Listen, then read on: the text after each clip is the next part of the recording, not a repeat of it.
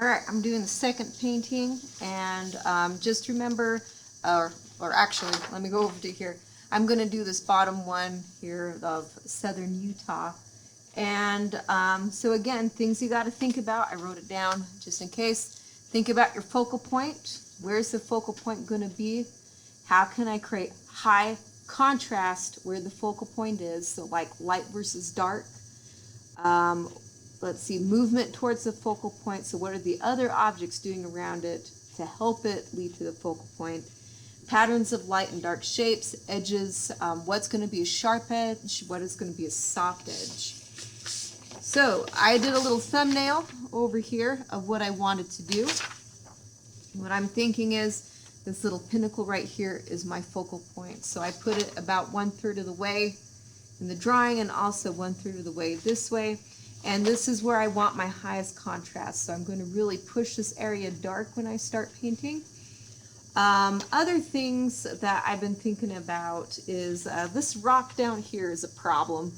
What I'm concerned about is I'm going to get sucked up into the detail over here, and it's going to steal the show of what's happening over here, because this is our main actor over here, and this is the supporting actor over here, and we don't want the supporting actor to outshine the main actor. And so anyways, I think the plan is to just really create a lot of soft edges, or just completely eliminate it and just think about the foliage that is happening in this area right over here. And so I want those sharp edges to remain in this area over here, soft edges to remain in this area. And I have my patterns of light and dark shapes with my little thumbnail. Got dark space, light space, dark space, light space, dark space, light space. Those patterns are important to think about. All right, so that being said, we're going to go ahead and move this over out of the way. And I'm going to put this to the side of the other one that I was working on over here and start painting. And I'm going to try to, it's hard to fit this all together. Oh well, you guys won't be able to see the photograph at the same time unless, well, maybe I'll fold this down quickly. All right, there we go. Now we can kind of see it all. Okay, where to start? I usually like to just start into the sky. Maybe I'm going to exaggerate the color just a little bit. This kind of looks like a bit of an overcast day in here. And maybe since we got this nice orange rock, we can create a nice contrast with a bluish sky again. So I'm using the cerulean blue, if you're wondering what blue this is that I'm using.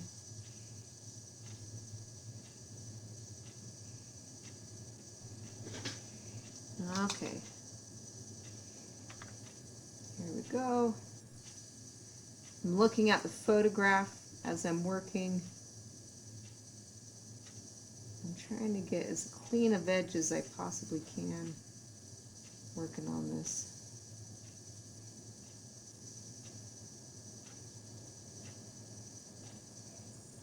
I'm going to let this dry once I'm done with it.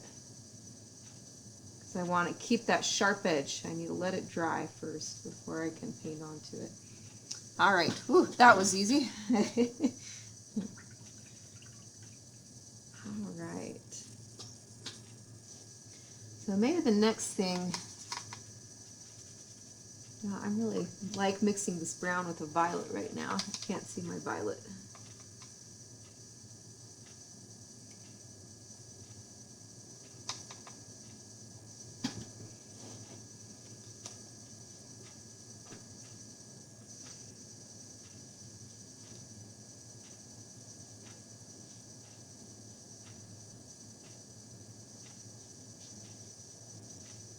Let's see, I'm not sure what to do with this edge right here at the moment, so I'm just going to soften it up. It's easier to create a soft edge and turn it into a sharp edge than creating a sharp edge and then trying to soften it later. So we're just going to add some water here, and maybe I'll figure it out just a little bit later. And I'm going to tilt my board just a bit so the water runs down so I can control it Just a hair more. Turn this kind of into a gradient wash. Okay, I'm going to move over to a bigger brush. We're going to start working into the foreground right here.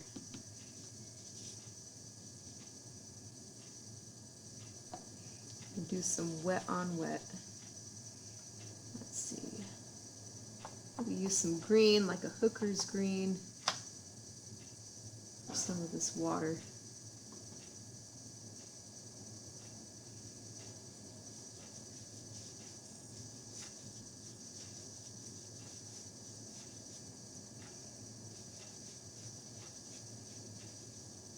Sometimes I go back to my sketches, back and forth, just trying to remember what I was thinking about. I was trying to put this all together. Let's see, and maybe I'm going to break up some light in here.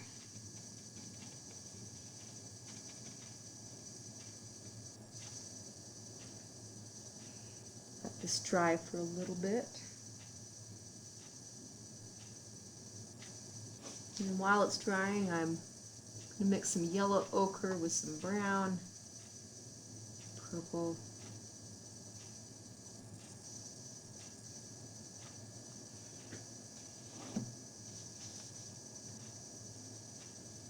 Maybe I'll speed up the process a bit. Okay. Let's see what this does. So I'm looking at these bushes here. Ugh.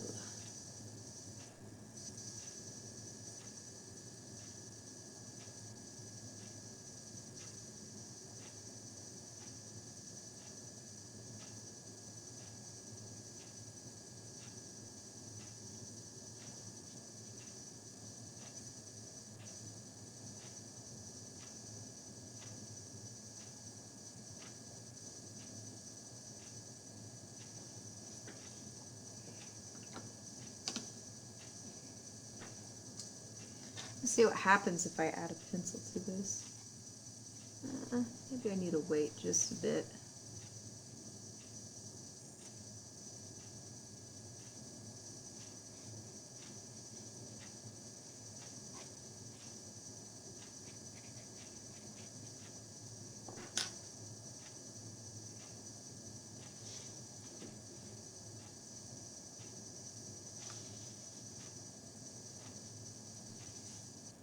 Let's see, gotta let a lot of these areas dry before I continue expanding on them. I'm trying to think of what I can work on until then.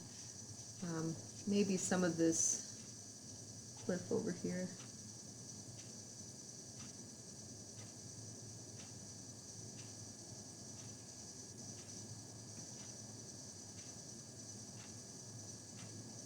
It's gonna bleed just a hair.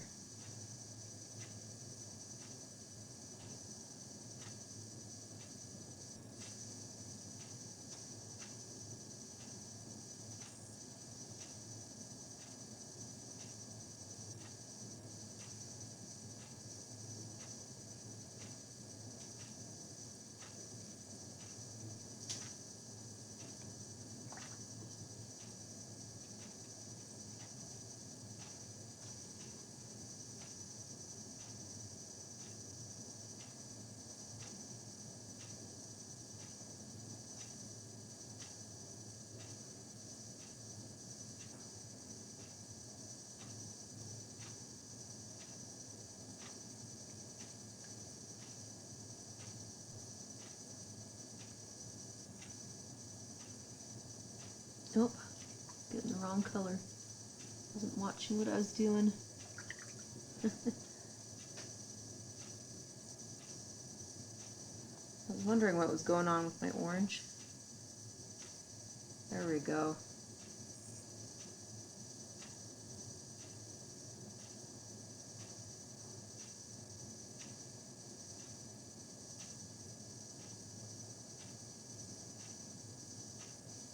I'm leaving some spaces of light So I'm intentionally leaving some white areas. I'm just kind of trying to create this texture, or mimic this texture that I'm looking at on this mountain range.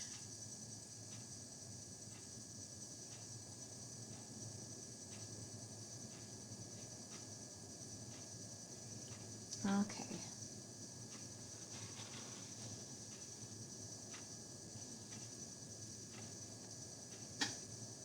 Alright, well, I'm going to stop the video here because I found out if I get these videos too long, they don't download onto YouTube. Alright.